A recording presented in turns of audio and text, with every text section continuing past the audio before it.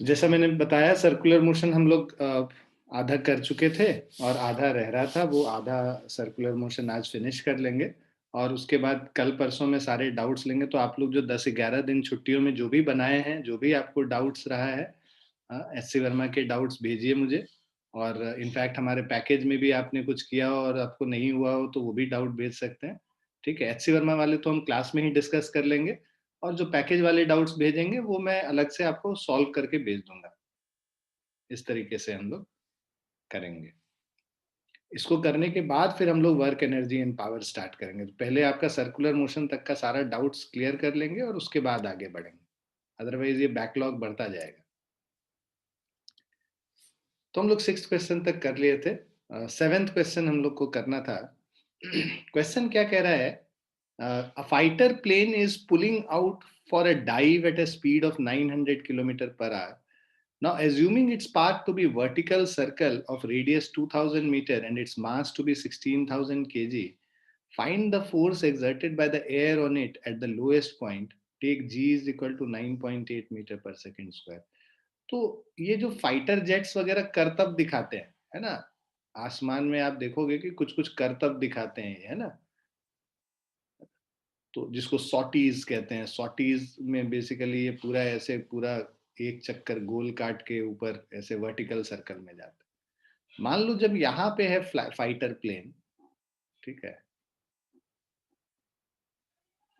तो इस पॉइंट पे जब फाइटर प्लेन है इस तरह से ऐसे सॉटी ले रहा है, गोल घूम रहा है वर्टिकल सर्कल में, इस सर्कल वर्टिकल सर्कल का जो रेडियस है वो, ठीक है, आर का जो वैल्यू दे रखा है 2000 मीटर दे रखा है।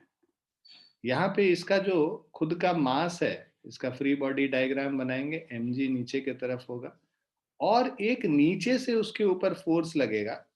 ठीक है, find the force exerted by the air on it at the lowest point. Lowest point पे एयर इस पे ऊपर की तरफ फोर्स लगाता है F। ठीक है, क्यों ऊपर की तरफ लगेगा? क्योंकि देखो बस वेट की वजह से तो ये नीचे गिर जाएगा, एक ऊपर की तरफ फोर्स लगेगा तभी तो इसको नेसेसरी सेंट्रिपिटल फोर्स मिलेगा। भाई अगर इसको सर्कुलर मोशन में मूव करना है तो इसके पास क्या होना चाहिए? सेंट्रिपिटल फोर्स होना चाहिए। सेंट्रिपिटल फोर्स इस पे अंदर की तरफ लगना है, रेडियली इनवर्ड, और mg जो है ये रेडियली आउटवर्ड लग रहा है। तो F जो है, ये जो फोर्स बोल रहा है ना, force exerted by the air on it at the lowest point, ये इसको नेसेसरी सेंट्रिपिटल फोर्स प्रोवाइड कर रहा होगा। इसका मास है दे रखा है हम लोग को 16,000 kg। ठीक है, तो बेसिकली हम लोग, अगर पूरा नहीं भी समझ में आया क्वेश्चन तो तुम एक डायग्राम बनाओगे और उसके बाद देखोगे कि भाई फोर्स किस डायरेक्शन में लगेगा कि इसको नेसेसरी सेंट्रिपिटल फोर्स मिले। तो हम लोग देखते हैं कि इसको रेडियली इनवर्ड फोर्स लगाना पड़ेगा। भाई जो एक्सटर्नल फोर्स है वो रेडियली इनवर्ड लगेगा तभी तो इसको नेसेसरी सेंट्रिपिटल फोर्स मिलेगा। तो अब हमारा for fighter plane to move in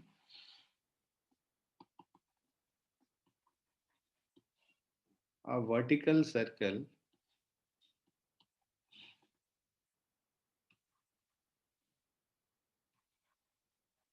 the force exerted by air, so force exerted by the air on it at the lowest point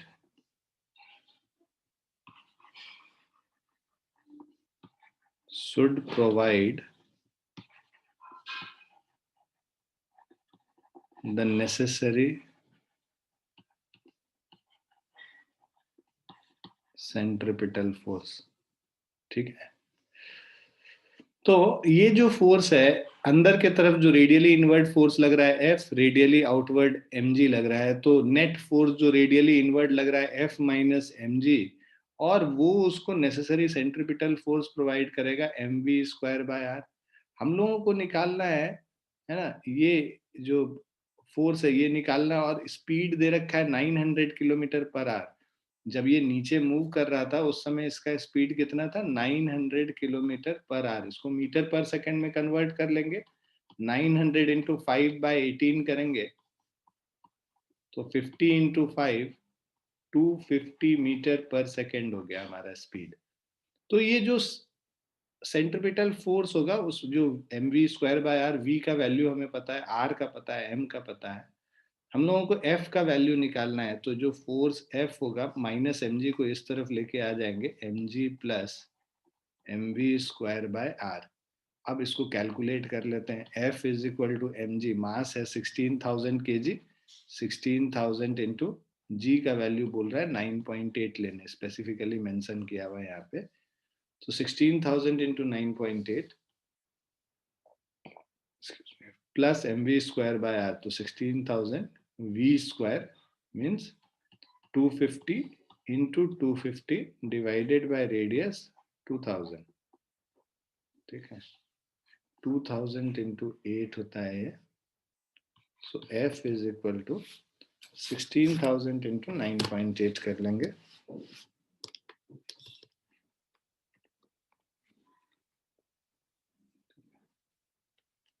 So this is 156,800 plus of 250 into 8 into 5 lakh.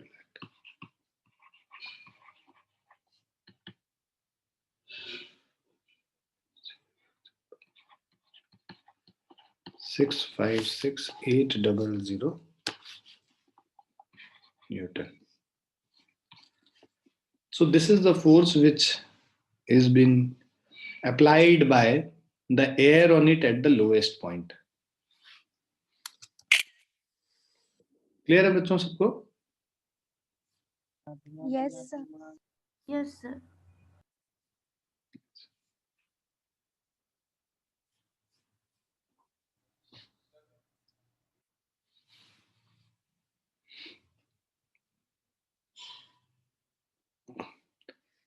अब next question पे चलते हैं। सबने लिख लिया इसको? Yes, sir. अब ये जो नेक्स्ट क्वेश्चन है, ये कह रहा है in this figure shows a rod of length 20 centimetre. ये देखो, ये जो रॉड है length 20 centimetre, pivoted near an end. तो ये पूरा जो रॉड है, इसका जो लेंथ है L, this is equal to 20 centimetre, मतलब 0.2 मीटर हो गया। Pivoted near an end and which is made to rotate in a horizontal plane with a constant angular speed. तो ये देखो, ये जो है ना, एक एंगुलर स्पीड से मूव कर रहा है ओमेगा से, ऐसे गोल गोल इस पॉइंट के अबाउट हम इसको रोटेट करा रहे हैं। ठीक है। A ball of mass m is suspended by a string also of length 20 centimetre. तो पहले जब ये स्टेशनरी रहा होगा, उस समय बॉल यहाँ पे कहीं रहा होगा, बट जब इसको हम लोग रोटेशनल मोशन में लेके आते हैं, इसको गोल घुमाते हैं, तो ये रॉड, ये जो बॉल वर्टिकली लटका हुआ था, ये थोड़ा ऐसे मूव कर जाएगा, मतलब थोड़ा एंगुलर मूवमेंट होगा उसका, और उसके बाद ये पूरा सर्कल लेके ये घूमेगा। मतलब जैसे जैसे ये रॉड घूम रहा है, ये पूरा इस तरह से सर्कुलर मोशन में घूमेगा।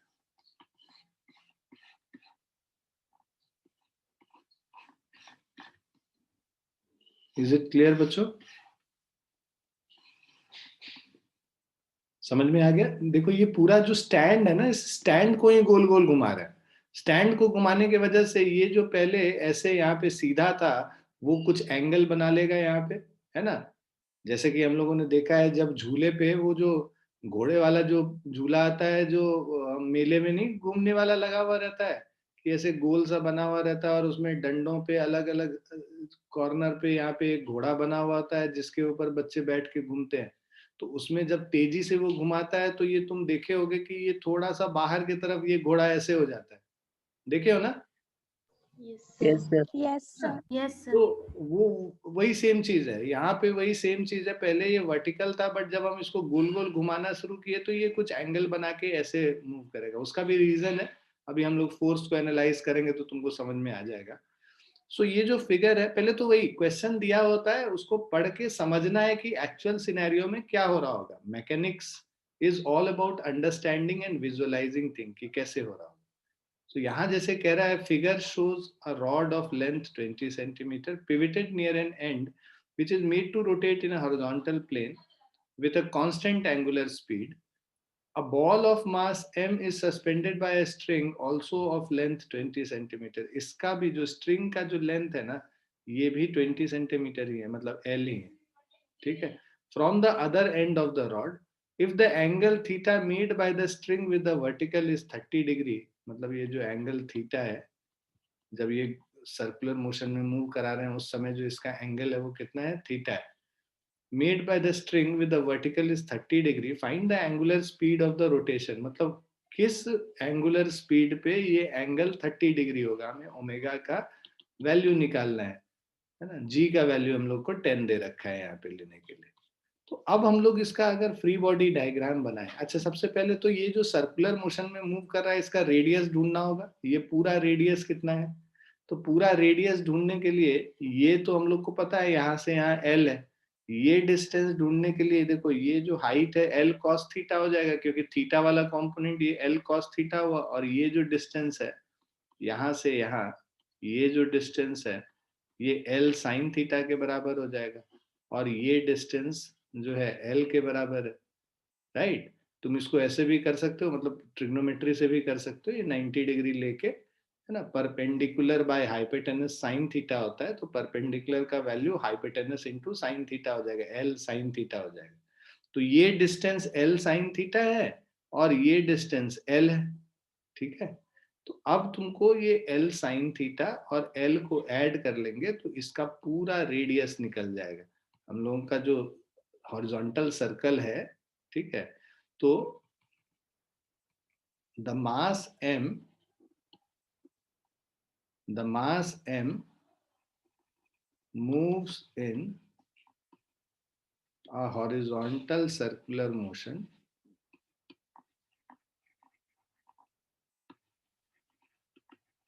so mass m moves in a horizontal circular motion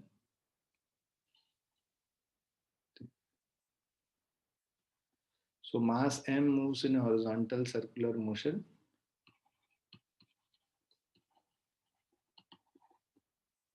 with radius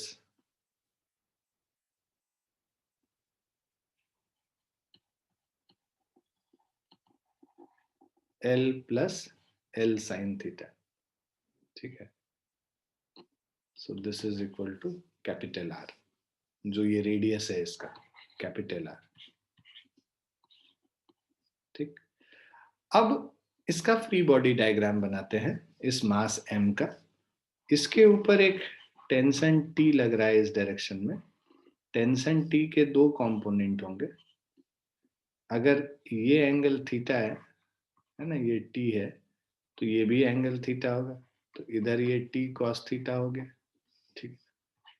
तो ये एंगल थीटा हो गया, तो ये जो कंपोनेंट है vertical component T cos theta, नीचे के तरफ एक वेट लगेगा mg, और इसका ये वाला जो कंपोनेंट है T sin थीटा, ये T sin थीटा वाला कंपोनेंट रेडियली इनवर्ड लग रहा है. ये क्या करेगा, इसको नेसेसरी सेंट्रीपिटल फोर्स प्रोवाइड कर रहा होगा, T sin थीटा वाला force. So tension T has two components, ठीक है. The vertical component T cos theta balances the weight and horizontal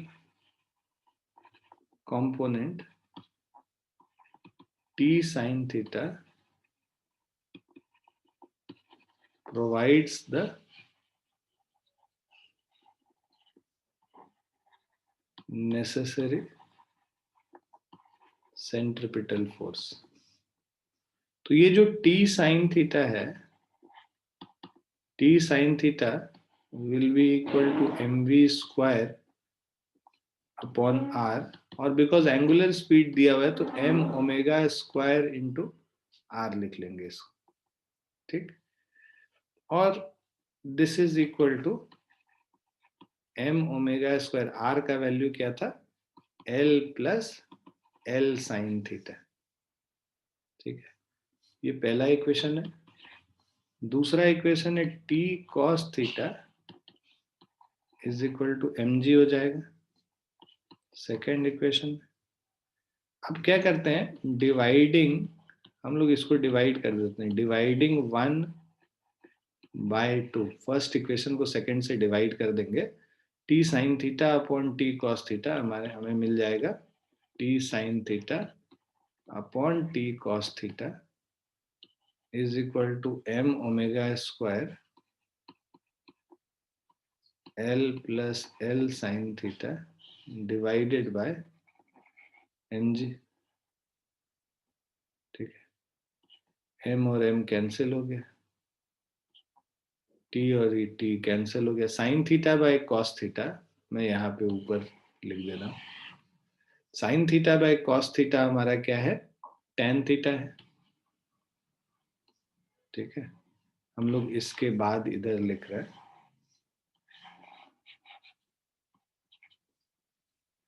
तो tan theta is equal to omega square, L common ले लो, 1 plus sine theta divided by ji.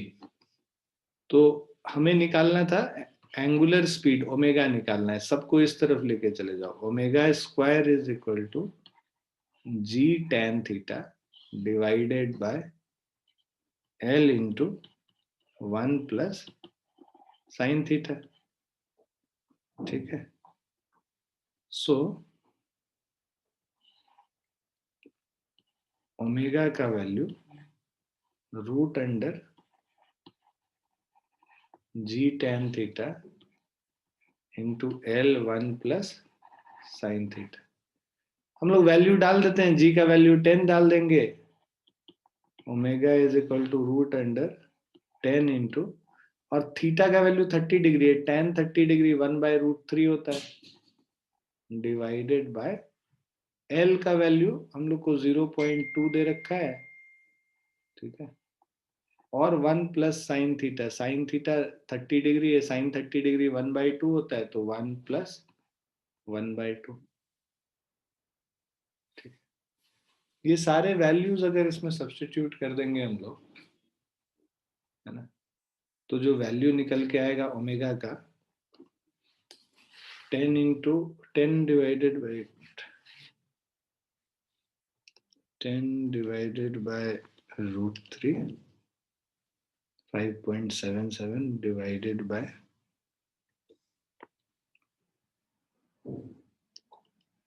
2 into 1.5 और उसका square root ले लेंगे 4.38, तो अप्रोक्सीमेटली 4.4 रेडियंस पर second square आता है।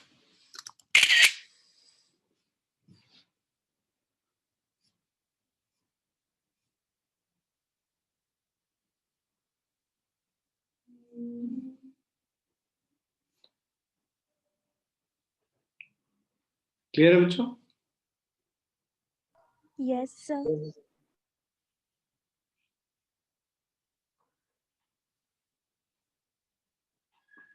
लिख लिया सभी ने?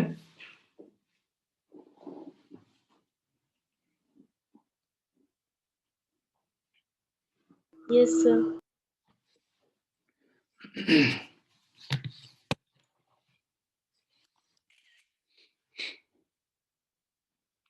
नेक्स्ट क्वेश्चन पे चलते हैं।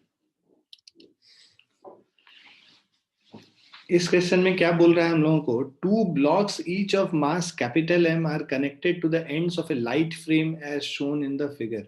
इसको हम लोगों ने एक फ्रेम बना रखा है, फ्रेम बना रखा है, इन दोनों मास को हम लोग ऐसे एक रॉड से ज्वाइन कर दिए और एक वर्टिकल रॉड भी है उस, ठीक है, the frame is rotated about the vertical line of symmetry. हम लोगों ने ये इस वर्टिकल लाइन ऑफ सिमेट्री मतलब इसके परपेंडिकुलर बाइसेक्टर के अबाउट इसको पूरे फ्रेम को रोटेट कर देते हैं। ठीक है, frame is rotated about the vertical line of symmetry the rod breaks if the tension in it exceeds T naught. ठीक है, तो अगर इसमें रॉड में जो टेंशन है, ठीक है, ये टेंशन T naught से ज्यादा हो जाएगा अगर, है ना, so if tension T is greater than T naught, then rod breaks. भाई रॉड का तो कैपेसिटी है कि एक मिनिमम फोर्स तक वो झेल पाएगा, उससे ज्यादा फोर्स लगाने से वो टूट जाएगा। तो अंदर के तरफ अगर टी नॉट से ज्यादा टेंशन लगेगा तब वो रॉड ब्रेक कर जाएगा। Find the maximum frequency with which the frame में be rotated without breaking the rod. हम लोग को फ्रीक्वेंसी निकालना है, मैक्सिमम फ्रीक्वेंसी, जिससे कि रॉड को हम रोटेट कर सकें, है ना, विदाउट ब्रेकिंग द रॉड। तो अब मान लो इसका मैक्सिमम फ्रीक्वेंसी ओमेगा है। ओमेगा जो angular frequency, angular velocity omega होता है, omega is equal to 2 pi into frequency f. भाई एंगुलर फ्रीक्वेंसी क्या होता है? 2 पाई इंटू लीनियर फ्रीक्वेंसी। हम लोग को एफ का वैल्यू निकालना है, ये फॉर्मूला याद कर लो। इनफैक्ट तुम लोग को पता भी होगा, तुम लोग एसएचएम भी वहां पे कर रहे हो।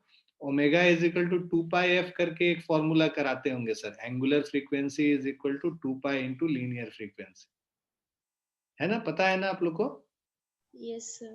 हाँ, तो हम लोग को ये, हाँ बेटा, तो यही ये जो एंगुलर वेलोसिटी है ना, बेसिकली ये एंगुलर फ्रीक्वेंसी भी इसको तुम बोल सकते हो ओमेगा, वो 2 पाई एफ के बराबर होता है, और वो हम लोग को एफ का वैल्यू यहाँ पे निकालना है। तो अब ये देखिए कि ये जो मास m है, इसको ये जो टेंशन T है वो नेसेसरी सेंट्रीपिटल फोर्स प्रोवाइड कर रहा है ना। तो टेंशन T, राइट, तो let maximum frequency be f.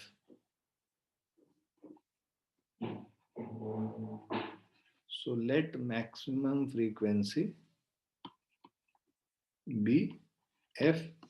इसका जो रेडियस है देखो l के बराबर है, ये जो लेंथ है, ये लेंथ दे रखा है l के बराबर, यहां से हाफ जो इसका length. So let maximum frequency be f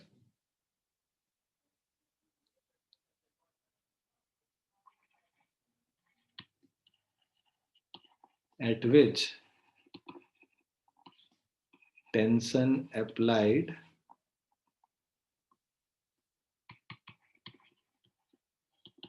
in radially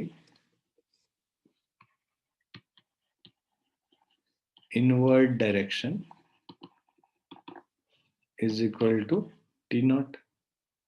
अब किसी भी ब्लॉक का अगर हम फ्री बॉडी डायग्राम बनाए, ये ब्लॉक पे अंदर के तरफ फोर्स लग रहा है T नॉट, है ना, और ये सर्कुलर मोशन में मूव कर रहा है। तो जब ये सर्कुलर मोशन में मूव करेगा तो ये जो T नॉट फोर्स है, ये इसको नेसेसरी सेंट्रीपिटल फोर्स प्रोवाइड कर रहा होगा। So T naught is equal to m omega square into L, ठीक है। So T naught is equal to m omega square, अब वैल्यू पुट कर लेते हैं, m into 2 pi f whole square into L, ठीक है। So T naught is m into 4 pi square f square into L। हम लोग को f का वैल्यू निकालना है, तो इसको हम लोग सॉल्व करते हैं पहले। So f square is equal to T not by m into 4 pi square L। So that means अगर हम लोग को फ्रीक्वेंसी f निकालना होगा, root under T naught m 4 pi square L। ये जो 4 पाई स्क्वायर है, इसको हम लोग इसके बाहर ले जाएंगे स्क्वायर रूट के, तो 1/2 पाई बाहर हो जाएगा, 4 पाई स्क्वायर का स्क्वायर रूट 2 पाई हो गया, root under T not by m into L। So T not by ml root under, और ये 1/2 pi. So this is the maximum frequency with which this system must be rotated so that the rod does not break.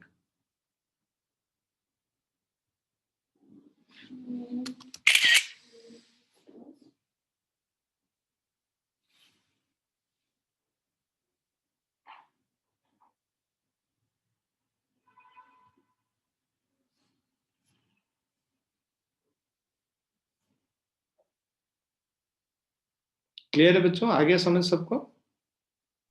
Yes, sir.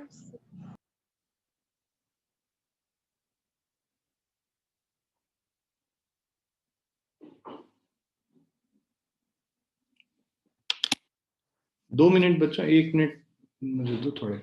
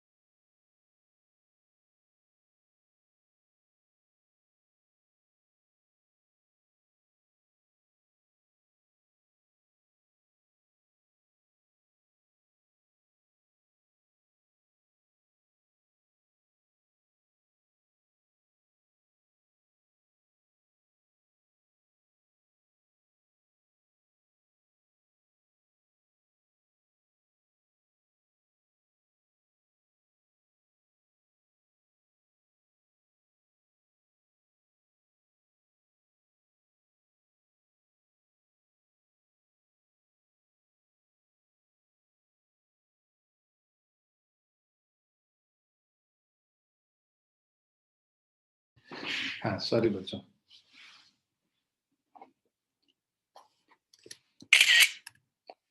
Next question पे चलते हैं। ऐसा question हम लोगों ने पहले जब पढ़ाई कर रहे थे उस समय भी किया था हम लोगों ने।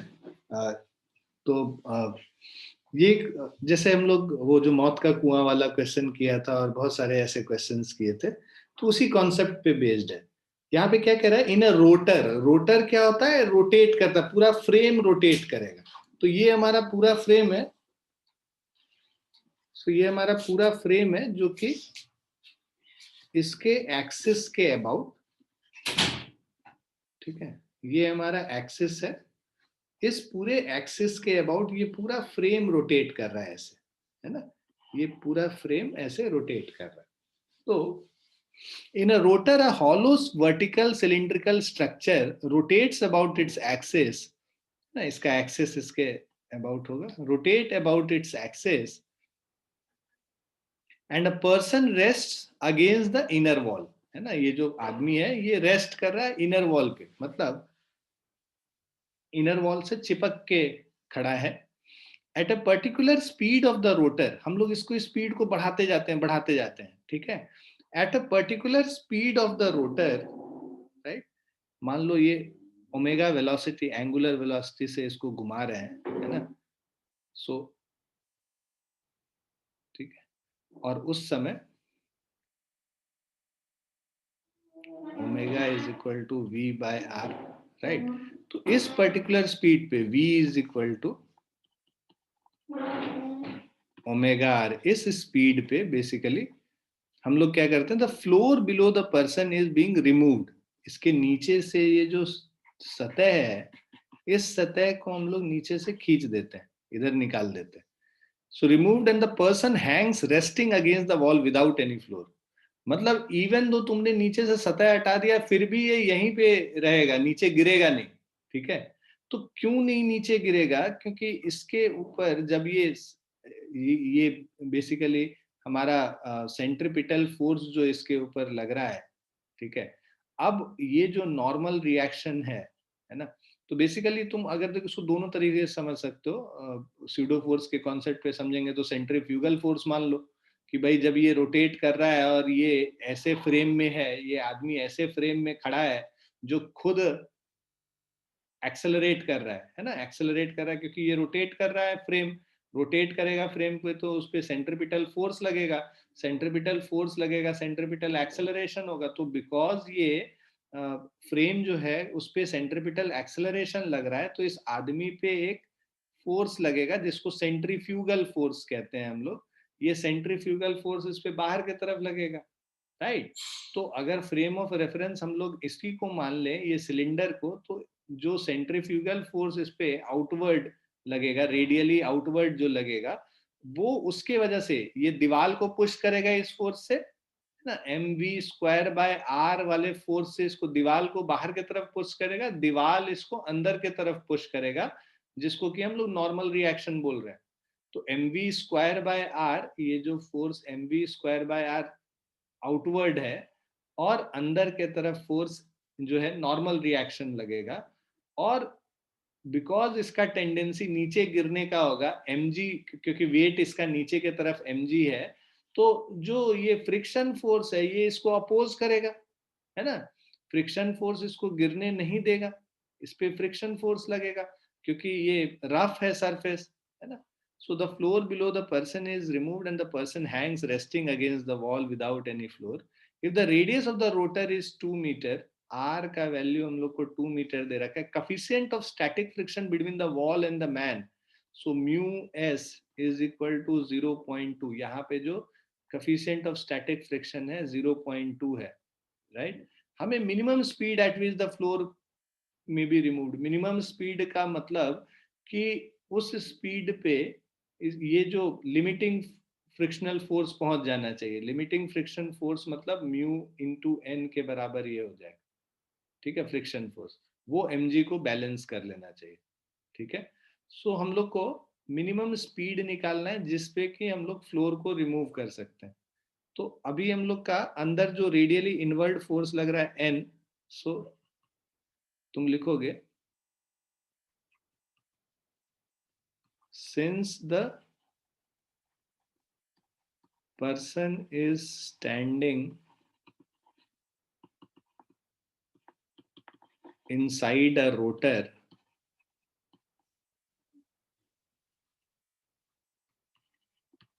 which is itself rotating at a speed v, ठीक है।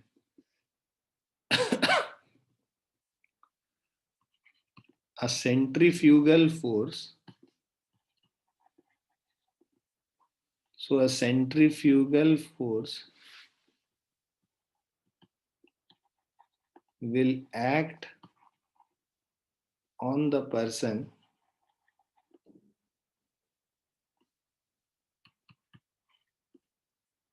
in radially outward direction.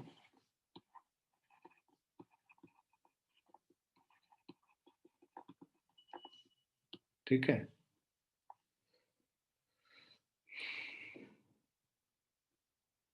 let N be the contact force. भाई कांटेक्ट में है ये आदमी, उस दीवार पे इसके रोटर के जो वॉल्स है उसके कांटेक्ट में है. Let N be the contact force between wall and person,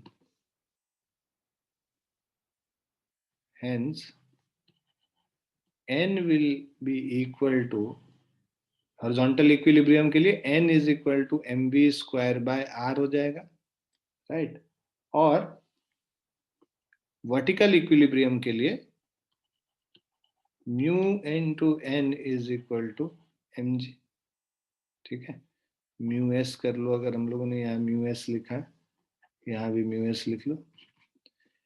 ये फर्स्ट इक्वेशन है, सेकेंड इक्वेशन है.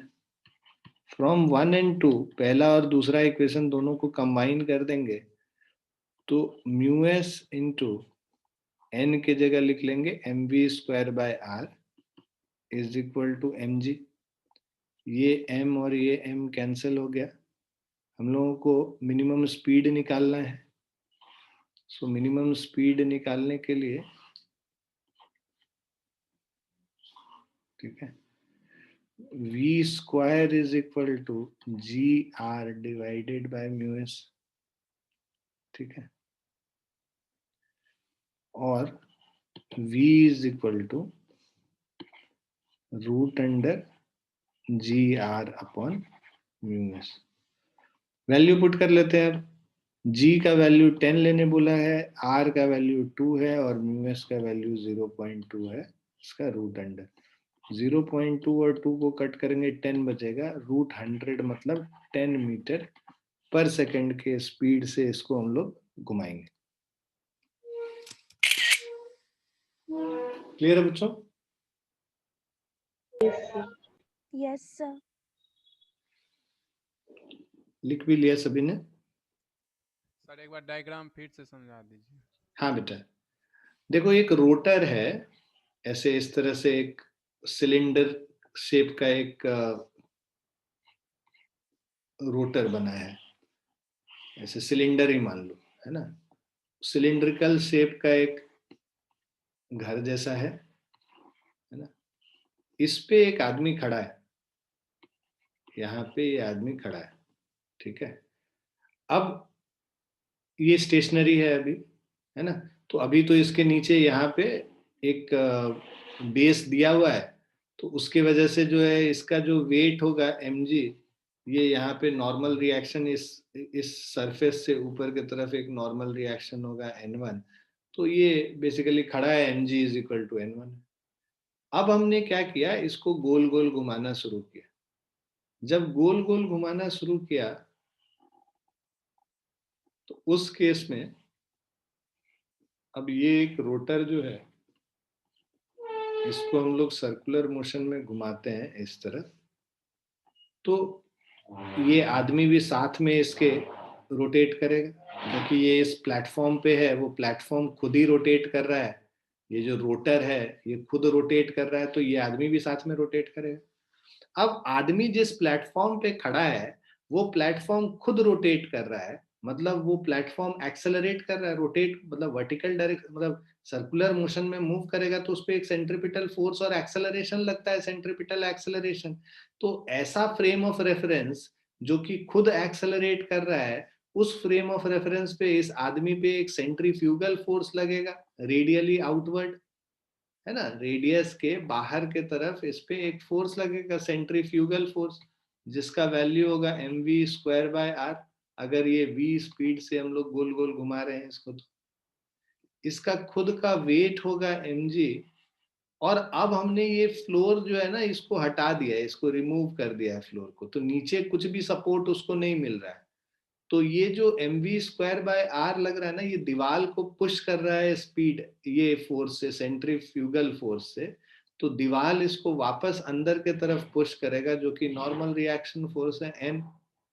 दीवार और इस आदमी के बीच में फ्रिक्शन है, जिसका coefficient of friction mu S है। अब ये टेंडेंसी, इसका क्या होगा, तुमने फ्लोर हटा दिया तो इसका टेंडेंसी किधर होगा, नीचे गिरने का होगा। तो फ्रिक्शन फोर्स इस पे किधर लगेगा, ऊपर के तरफ लगेगा, इसको अपोज करेगा नीचे गिरने से। वो फ्रिक्शन फोर्स किसके बराबर होगा, म्यू एस इंटू एन के बराबर, जो coefficient of friction into normal reaction, ये फ्रिक्शन फोर्स होता है, फ्रिक्शन फोर्स एफ। तो ये फ्रिक्शन फोर्स क्या करेगा, इसके वेट को बैलेंस कर लेगा, तो ये आदमी नहीं गिरेगा।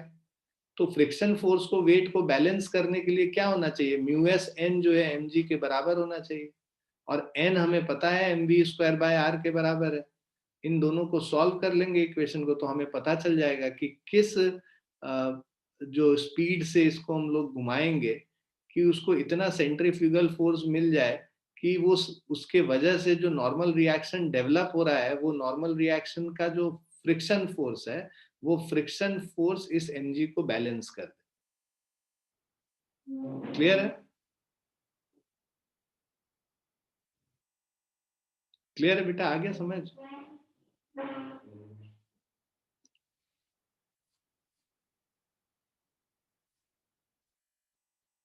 किसने, सुधांशु ने पूछा था, राहुल ने पूछा था?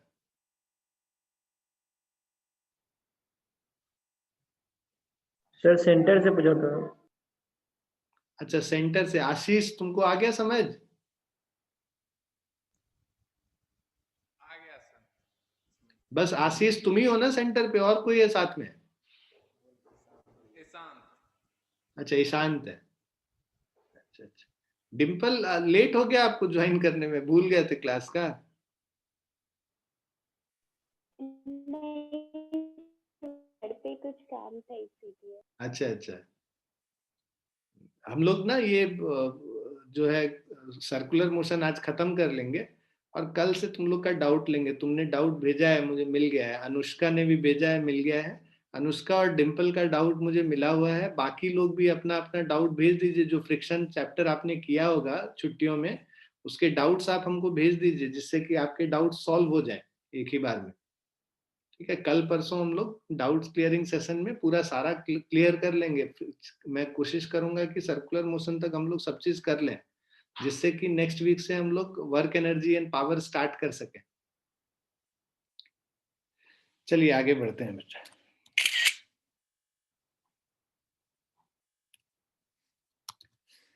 ये 11th क्वेश्चन है हमारा। A hemispherical bowl of radius r is set rotating about its axis of symmetry which is kept vertical।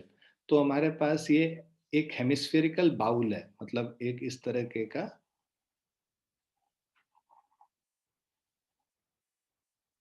है ना, कटोरी जैसा मान लो, हेमिस्फेरिकल बाउल हो गया, राइट, ऑफ रेडियस आर। इसका रेडियस क्या है, capital R, is set rotating about its axis of symmetry which is kept vertical. तो यहां इसके अबाउट हम लोग इसको रोटेट कर रहे हैं इस डायरेक्शन में। ठीक है, तो hemispherical bowl of radius r is set rotating about its axis of symmetry which is kept vertical. A small block kept in the bowl rotates with the bowl without slipping on its surface. तो यहाँ पे एक हम लोगों ने एक block रख रखा है छोटा सा, ये भी साथ में रोटेट कर रहा है। ये जो रोटेट करेगा, देखो ये बाउल रोटेट कर रहा है, अगर हम लोग समझें इसको,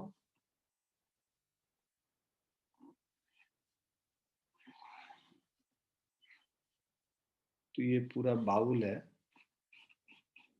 ये बाउल रोटेट कर रहा है इस एक्सिस के अबाउट। ठीक है, तो ये जो पार्टिकल इसमें रख रखे हो, ये भी बाउल रोटेट करेगा, तो ये पार्टिकल भी सर्कुलर मोशन में मूव करेगा, है ना। और ये जिस सर्कुलर मोशन में मूव करेगा, उसका जो पाथ होगा, वो सर्कुलर मोशन का पाथ ये हो गया।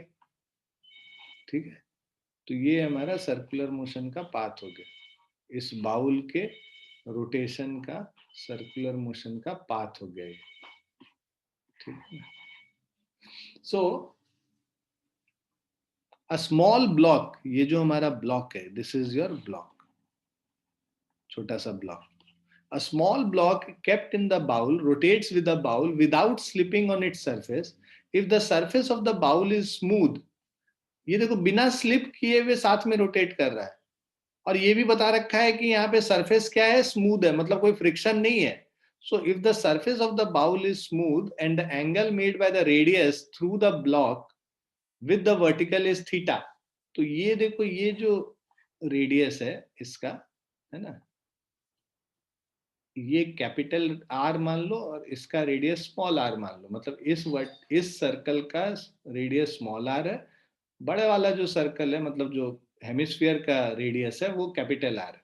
हेमिस्फीयर का रेडियस कैपिटल आर हो गया. तो अब आप ये समझो, ये जो डिस्टेंस ओसी होगा और पीसी, तो basically PC is equal to small r is equal to ये आर साइन थीटा हो जाएगा.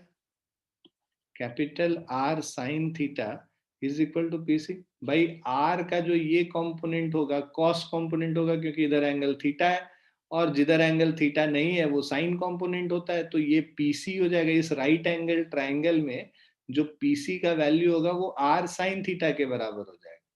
तो PC is equal to small r, radius of the smaller circle. जो ये ब्लॉक जो सर्कुलर मोशन में मूव करेगा, ब्लॉक जो सर्कुलर मोशन में मूव करेगा, उसका जो रेडियस है वो हेमिस्फीयर के रेडियस से कैसे रिलेटेड है, वो रिलेशन हम लोगों ने निकाल लिया. अब ठीक है, find the angular speed at which the bowl is rotating. हम लोग को वो एंगुलर स्पीड निकालना है जिससे बाउल रोटेट कर रहा है. मान लो बाउल एंगुलर स्पीड ओमेगा से रोटेट कर रहा है. अब इस पे ये जो ब्लॉक है, इस ब्लॉक का फ्री बॉडी डायग्राम अगर हम बनाए, तो ब्लॉक, बिकॉज जो सरफेस है, मान लो हम लोगों ने ऐसा एक हेमिस्फेरिकल सरफेस बना रखा है, ब्लॉक यहाँ पे कहीं है, तो ये देखो, ये इसका टेंजेंट हो गया और ये इसका नॉर्मल हो गया. तो जो रिएक्शन फोर्स होगा इस पे, वो रिएक्शन फोर्स एन लगेगा, जो कि परपेंडिकुलर होगा टेंजेंट के, या रेडियल डायरेक्शन में होगा, रेडियली इनवर्ड. इस पे एक वेट लग रहा है नीचे के तरफ mg, ये n है, ये एंगल थीटा है, तो ये जो एंगल होगा ये भी थीटा होगा. तो इसका दो कंपोनेंट हो गया n का, ये एंगल थीटा हो गया, इसका दो कंपोनेंट हो गया n का. एक ऊपर के तरफ जो है जिधर एंगल थीटा है वो n cos थीटा हो गया, और दूसरा वाला कंपोनेंट n sin थीटा हो गया. मतलब जो रेडियली इनवर्ड एक फोर्स लग रहा है वो n sin थीटा है, और वर्टिकली अपवर्ड जो डायरेक्शन में फोर्स लग रहा है वो n cos थीटा है. वर्टिकल अपवर्ड वाला जो फोर्स है ये क्या करेगा, वेट को बैलेंस करेगा. तो फॉर वर्टिकल इक्विलिब्रियम, भाई वर्टिकली तो ये मूव कर नहीं रहा है, तो फॉर वर्टिकल इक्विलिब्रियम स्टेशनरी है ना. ये कह रहा है कि जो ब्लॉक है, a small block kept in the bowl, है ना, rotates with the bowl without slipping on its surface. इस पे कोई स्लिपिंग नहीं हो रहा है, रुका हुआ है. तो फॉर वर्टिकल इक्विलिब्रियम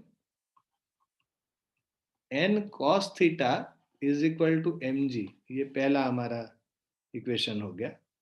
ठीक है, और दूसरा जो है हमारा, जो ये n sin थीटा है, ये देखो, ये इसको नेसेसरी सेंट्रिपिटल फोर्स प्रोवाइड करेगा. ये जो ब्लॉक सर्कुलर मोशन में मूव कर रहा है जिसका रेडियस स्मॉल आर है, उसको सेंट्रिपिटल फोर्स प्रोवाइड कर रहा है. So since the block rotates along with the hemispherical ball,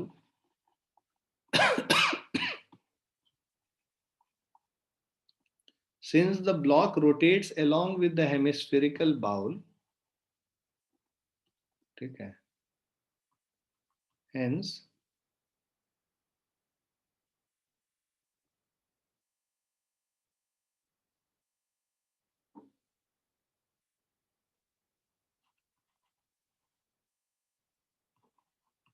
the n sin theta force provides the necessary centripetal force.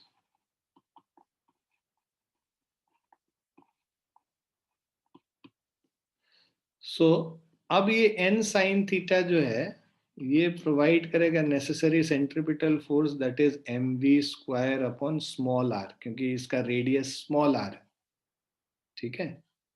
अब हम लोग क्या करते हैं, राइट, अब ये हम लोग को दे रखा है कि this is rotating at an angle omega, find the angular speed निकालने बोला है, तो इसको हम लोग लिख सकते हैं m omega square into small r। n sine theta is equal to m omega square, small r को लिख लो कैपिटल R साइन थीटा, है ना, लिख लेना, since R is equal to capital R sine theta, यहाँ पे जो हम लोगों ने निकाल रखा है, राइट, ये हमारा दूसरा इक्वेशन हो गया। साइन थीटा कट कर लो तो n is equal to m omega square capital R हो गया, ठीक, ये इसको दूसरा इक्वेशन मान लो। तो अब हम लोग क्या करते हैं, n का वैल्यू उसमें सब्स्टिट्यूट कर लेंगे, फ्रॉम 1 into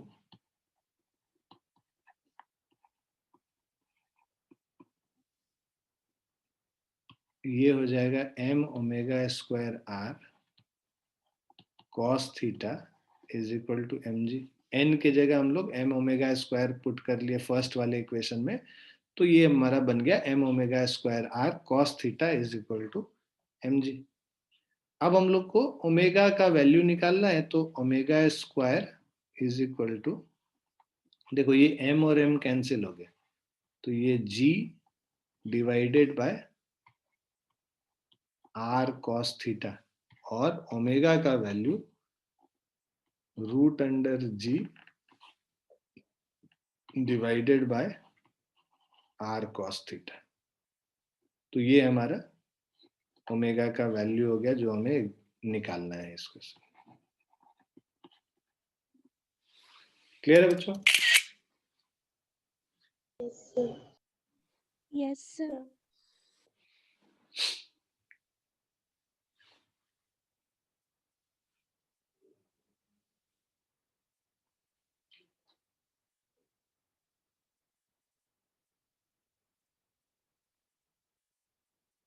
तुम इसको सेंट्रीफ्यूगल फोर्स से भी समझ सकते हो। अभी हम लोगों ने फ्रेम ऑफ रेफरेंस मतलब बाहर लिया है, ग्राउंड लिया है।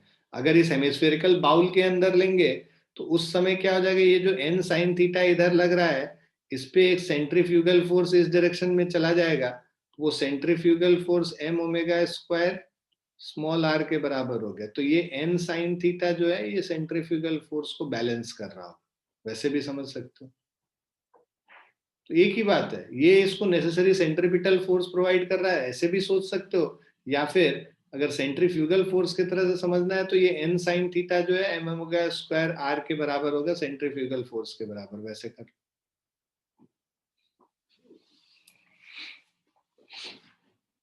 समझ में आ गया बच्चों? Yes, sir.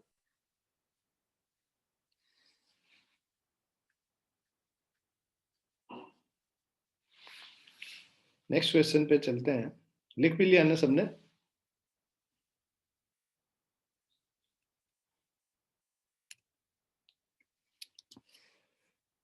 अब ये मेटल रिंग है।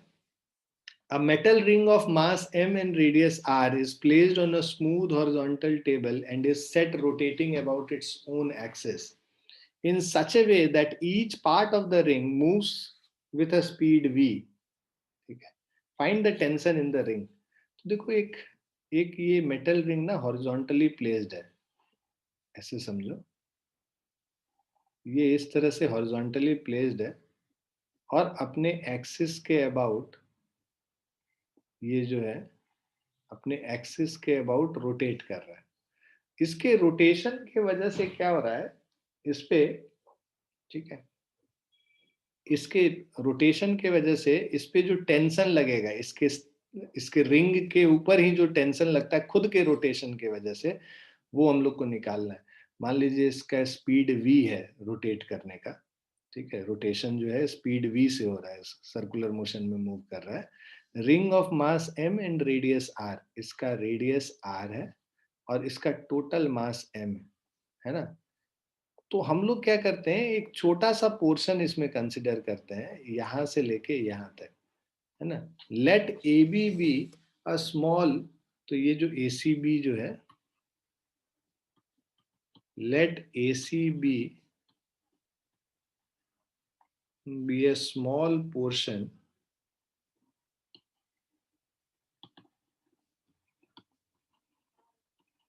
of the ring, ठीक है, ठीक है। अब ये जो small portion of the ring subtending an angle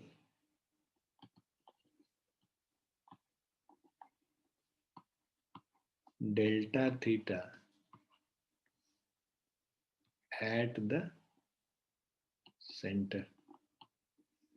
देखो ये जो एंगल सबटेंड कर रहा है ना, ये जो ए सी बी, ये जो पोर्शन है, ये पूरा पोर्शन जो एंगल सबटेंड कर रहा है, ये डेल्टा थीटा। तो सेंटर से ज्वाइन कर देंगे तो ये वाला ऊपर वाला डेल्टा थीटा बाय 2 और ये भी डेल्टा थीटा बाय 2। ये जो टेंशन फोर्स है इस पॉइंट ए पे, हम लोग अब एक छोटा सा पोर्शन कंसिडर कर रहे हैं, इसको समझो।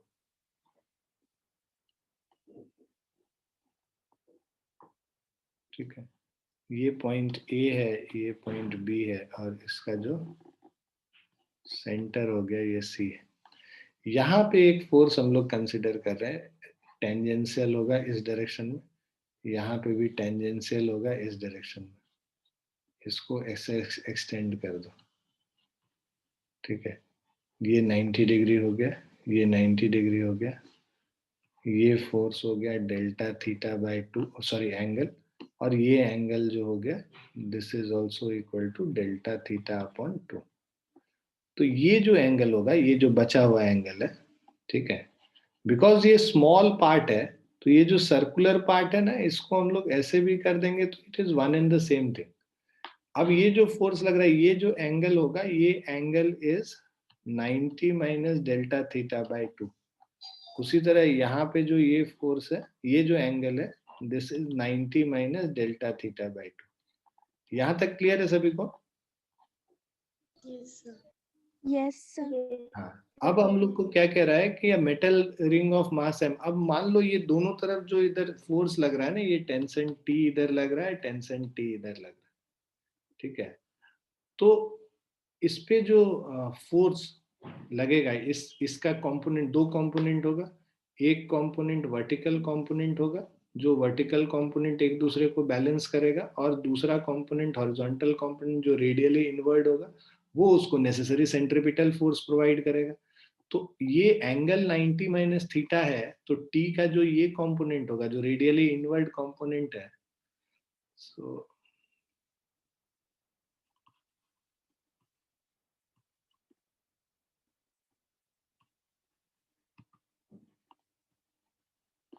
वर्टिकल कंपोनेंट ऑफ टी क्या है हमारा, T sine 90 minus theta by 2 balances each other. इधर भी हो जाएगा T sine 90 minus theta by 2, इधर भी हो जाएगा T sine 90 minus theta by 2। और इस तरफ जो फोर्स होगा, ये जो फोर्स है, इसका वैल्यू है T cos of 90 minus theta by 2, और इसका भी एक कंपोनेंट, तो टोटल दोनों मिला के 2t cos 90 minus theta by 2 हो गया। सो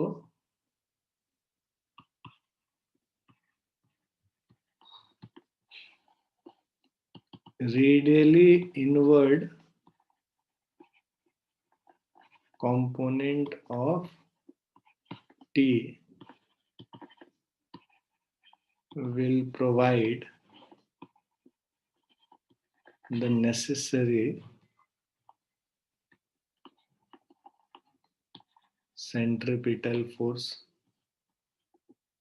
ठीक है, अब देखो, मतलब ये जो इसका पहले तो मास निकाल लो, इस पूरे रीजन का ए बी जो छोटा सा पार्ट है, इसका मास मान लो स्मॉल m डेल्टा m है, ठीक है, let mass of ACB be delta m small mass, वो कितना हो जाएगा, टोटल मास m है, इसको पूरे सरकमफेरेंस से डिवाइड कर दो तो मास पर यूनिट लेंथ निकल गया m divided by 2 pi r, और इनटू ये वाले पोर्शन से करोगे तो ये जो पोर्शन है L is equal to r theta होता है, तो ये आर थीटा के बराबर हो गया। भाई length of the arc L क्या होता है, L is equal to r theta होता है, ये रेडियस r इंटू थीटा कर देंगे तो आर थीटा हो गया। ठीक है, सो ये आर थीटा का वैल्यू हमने ले लिया, m divided by 2 pi r mass पर यूनिट लेंथ इंटू ये। अगर एंगुलर वाले में भी सोचो तो ये पूरा मास जो है 2 पाई एंगल में डिवाइडेड है ना, m divided by 2 pi is mass पर यूनिट एंगल इंटू थीटा कर दोगे तो हम लोग को बेसिकली मास निकल जाएगा छोटे से पोर्शन डेल्टा m का, तो भाई ये r और r कैंसिल हो गया, तो ये जो मास डेल्टा m है this is m by 2 pi into theta. Clear है बच्चों?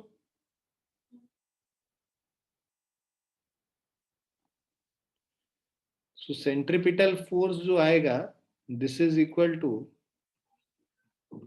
2t cos 90 minus theta by 2 is equal to delta m इसका mass v square upon r, है ना, छोटे से मास का हम लोग कंसिडर कर रहे हैं, delta m v square by r, तो डेल्टा m को हम लोग क्या लिखेंगे, डेल्टा m को लिख सकते हैं m by 2 pi into theta into v square upon r. Cos 90 minus theta क्या होता है, साइन थीटा होता है, इसको हम लोग लिख सकते हैं 2t sign of theta by 2, ठीक है, is equal to m by 2 pi into theta into v square upon r. अब इसमें हम लोग वैल्यू पुट कर लेते हैं, हम लोग को find the tension in the string T निकालना है, T is equal to m, ये r जो है डिवाइडेड बाय r है, ये यहाँ पे आ जाएगा m divided by 2 pi r mv square divided by 2 pi r into ऊपर जो है तुम्हारा, अच्छा ये डेल्टा थीटा है ना,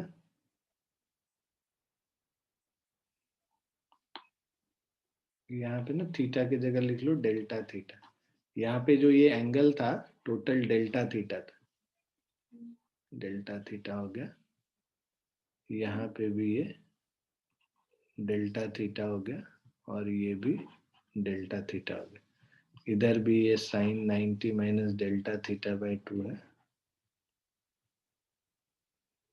ठीक है ना,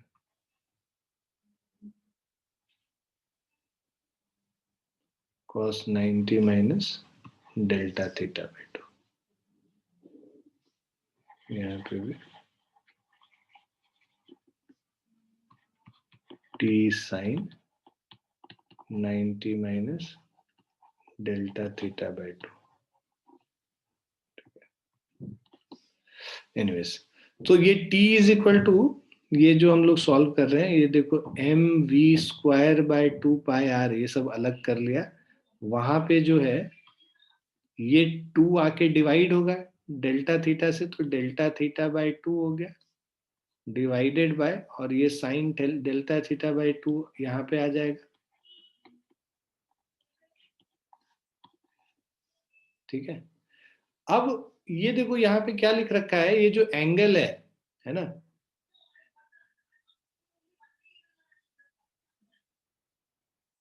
सो ये जो हम लोग ने स्मॉल पोर्शन कंसिडर किया है ACB को, because when this ACB is a small portion angle delta theta is less, ठीक है,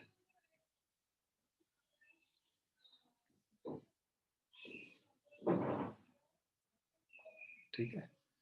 सो यहाँ पे t इज इक्वल टू, जब थीटा इज स्मॉल, यहाँ पे एक लाइन लिख लेना, और कहाँ पे लिखूँ मैं, हाँ यहाँ लिख देता हूँ, व्हेन थीटा इज स्मॉल या डेल्टा थीटा इज स्मॉल, तो एक रूल होता है, तुम लोग लिमिट करके एक चैप्टर है मैथमेटिक्स में, वो पढ़ोगे तो, अगर जिनका आईआईटी है, जिनका नीट है, उनको तो यही याद करो कि sine delta theta by delta theta का वैल्यू 1 हो जाता है। ट्रिग्नोमेट्री और लिमिट से हम लोग ये निकालते हैं। So sine theta by theta का वैल्यू 1 होता है। तो यहाँ पे देखो साइन डेल्टा थीटा बाय 2, और ऊपर क्या है, डेल्टा थीटा बाय 2, तो sine of some angle divided by that angle, ये पूरा चीज क्या हो जाएगा, 1 बन जाएगा। तो t इज इक्वल टू ये क्या हो जाएगा, mv square by 2 pi r। तो ये याद रखना, व्हेन डेल्टा थीटा, जब एंगल छोटा होता है, तो sine of any angle divided by that angle itself will give you always 1। तो यहाँ साइन ऑफ क्या एंगल है, डेल्टा थीटा बाय 2, और हम लोग डिवाइड किससे कर रहे हैं, डेल्टा थीटा बाय 2 से ही। तो ये पूरा जो वैल्यू है, ये जो इसका जो पूरा वैल्यू आएगा, this value will be equal to 1। तो t is equal to mv square by 2 pi r, ये हमारा आंसर। क्लियर है बच्चों? Yes, sir. Yes, sir. सबको समझ में आ गया?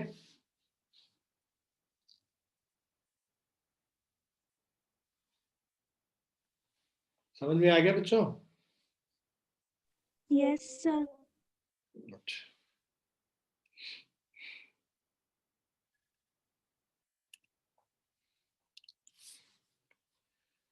अब देखो, a table with small horizontal surface is turning, ये लास्ट क्वेश्चन है। Table with small horizontal surface is turning at an angular speed omega about its axis. एक टेबल है ये ना, टेबल का टॉप है, और ये टेबल का टॉप जो है पूरा, मतलब बेसिकली तुम मान लो इसमें ऐसे लेग्स भी होंगे, है ना, ये पूरा टेबल है ना, जैसे रेस्टोरेंट में खाने जाते हैं तो ऐसे गोल गोल टेबल जो लगा हुआ रहता है, वैसा टेबल मान लो। तो ये जो टेबल है, so a table with smooth horizontal surface is turning at an angular speed omega about its axis। तो ये टेबल रोटेट कर रहा है एंगुलर स्पीड ओमेगा से। जहां पे खाना खा रहे हैं वो टेबल खुद ही रोटेट कर रहा है एंगुलर स्पीड ओमेगा से। A groove is made on the surface along a radius and a particle is gently placed inside the groove। groove मतलब समझते हो ना, एक एक इस तरह से, एक तुम लोग को पहले भी बताए थे, एक ग्रूव का मतलब ये इस तरह से छेद कर देते हैं सरफेस पे ना, हम लोग इस तरह से एक ग्रूव बना दी, ठीक है। तो ये ऐसे हेमिस्फेरिकल टाइप का एक पूरा ग्रूव बना के ऐसे छोड़ देता, ठीक है। इसमें अब इसके अंदर हम लोग एक पार्टिकल को रख दिए, ठीक है। So groove is made on the surface along a radius and a particle is gently placed inside the groove at a distance a। कहाँ पे रखते हैं हम लोग इसको, a डिस्टेंस पे रखते हैं, यहाँ से सेंटर से, from the center। find the speed of the particle as its distance from the center becomes l। धीरे धीरे क्या है, ये पार्टिकल पे है ना एक सेंट्रीफ्यूगल फोर्स लगेगा। क्यों सेंट्रीफ्यूगल फोर्स लगेगा, जिस टेबल पे है वो टेबल खुद रोटेट कर रहा है, टेबल खुद रोटेट कर रहा है, तो इस पार्टिकल पे जो कि टेबल के ऊपर रखा हुआ है ना, ये पार्टिकल जो है एक non inertial frame of reference पे, इस पे स्यूडो फोर्स लगेगा, जिसको सेंट्रीफ्यूगल फोर्स कहते हैं, बाहर की तरफ। वो बाहर की तरफ जो स्यूडो फोर्स लग रहा है, वो इसको बाहर की तरफ लेकर जाएगा, और ये मान लो किसी डिस्टेंस L डिस्टेंस पे आ गया, यहां से सेंटर से जब L डिस्टेंस पे आ गया, उस L डिस्टेंस पे हम लोग को इसका स्पीड निकालना है कि क्या होगा। Find the speed of the particle as its distance from the centre becomes L, है ना। तो अब इस पार्टिकल पे अगर हम रेडियली देखें क्या फोर्सेस लग रहा है ना, तो स्मूथ हॉरिजॉन्टल सरफेस है, right. So angular speed omega, इस पे बाहर की तरफ एक फोर्स लग रहा है, सेंट्रीफ्यूगल फोर्स, ठीक है। इस पार्टिकल पे मास m, इस पे centrifugal force m omega square. मान लो किसी टाइम पे ना इस पे, है ना, किसी टाइम पे ये x डिस्टेंस पे है, है ना, हम लोग मान लेते हैं आर्बिट्ररी किसी टाइम पे. So let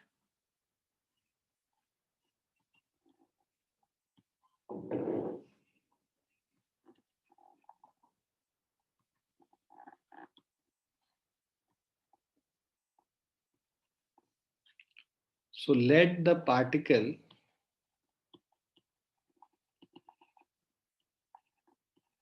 at any instant of time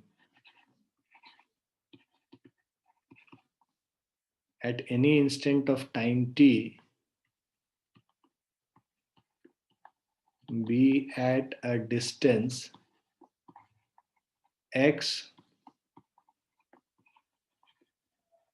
from the center of the table. ठीक है, तो टाइम t पे ये x डिस्टेंस पे सेंटर ऑफ द टेबल पे.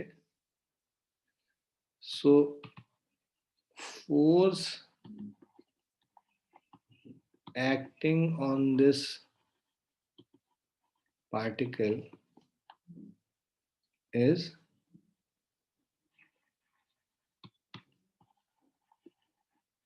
centrifugal force. ठीक है, रेडियली आउटवर्ड्स. तो इस पे एक सेंट्रीफ्यूगल फोर्स लग रहा है रेडियली आउटवर्ड. वो जो सेंट्रीफ्यूगल फोर्स लग रहा है that is equal to m omega square into X. ठीक है, this is equal to force F. Force F को हम लोग क्या लिख सकते हैं, F is equal to m into A is equal to m omega square X. है ना, हर मोमेंट पे ना इस पे जैसे जैसे ये आगे बढ़ता जाएगा x चेंज होगा, इस पे जो ये फोर्स लग रहा है ना ये फोर्स भी चेंज होगा, क्योंकि ये देखो m omega square x x पे डिपेंडेंट है. जैसे जैसे रेडियस बढ़ता जाएगा इसका फोर्स चेंज होता जाएगा, फोर्स कांस्टेंट नहीं है. तो a को हम लोग क्या लिख सकते हैं, m dv upon dt is equal to m omega square X. dv upon dt, अब इसको क्या करो ना, ऊपर नीचे dv को dx से मल्टीप्लाई और डिवाइड कर दो. तो dx, तो dv अपॉन dt को ऊपर नीचे dx से मल्टीप्लाई कर लिया, है ना, is equal to m omega square X. ठीक है, m और m कैंसिल हो गया. dv अपॉन dx इसको अलग करो और dx अपॉन dt क्या होता है, v होता है, is equal to omega square X. तो अब हमारे पास क्या जो फॉर्मूला हो गया, जो v dv upon dx is equal to omega square X. dx को उस तरफ लेके चले जाएंगे तो v dv is equal to omega square X into dx. अब इसको हम लोग क्या करेंगे, इंटीग्रेट कर देंगे. हम लोग को तो वेलोसिटी निकालना है. Find the speed of the particle at its distance from the centre becomes L. तो स्पीड मान लो जब सेंटर पे था तो स्पीड 0 था और एल डिस्टेंस पे गया तो स्पीड v हो गया. और omega square x D x, x कहां से कहां तक वेरी कर रहा है, 0 से लेके एल तक वेरी कर रहा है. 0 से नहीं, सॉरी, ए से लेके एल तक वेरी कर रहा है. ठीक है, तो ए पॉइंट पे इनिशियली था, बाद में एल पॉइंट पे चला गया. लिखा है ना कि पहले ए पे था और बाद में एल पे चला गया. तो ए पे रेस्ट पे था वो, है ना. So is gently placed inside the groove, मतलब उसको रेस्ट पे हमने रखा, बाद में उसका स्पीड इंक्रीज किया.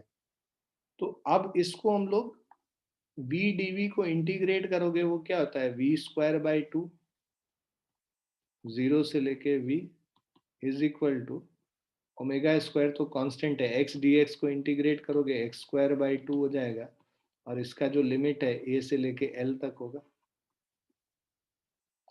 तो this is v square by 2 omega square by 2 x square, मतलब upper limit L square minus lower limit a square हो गया.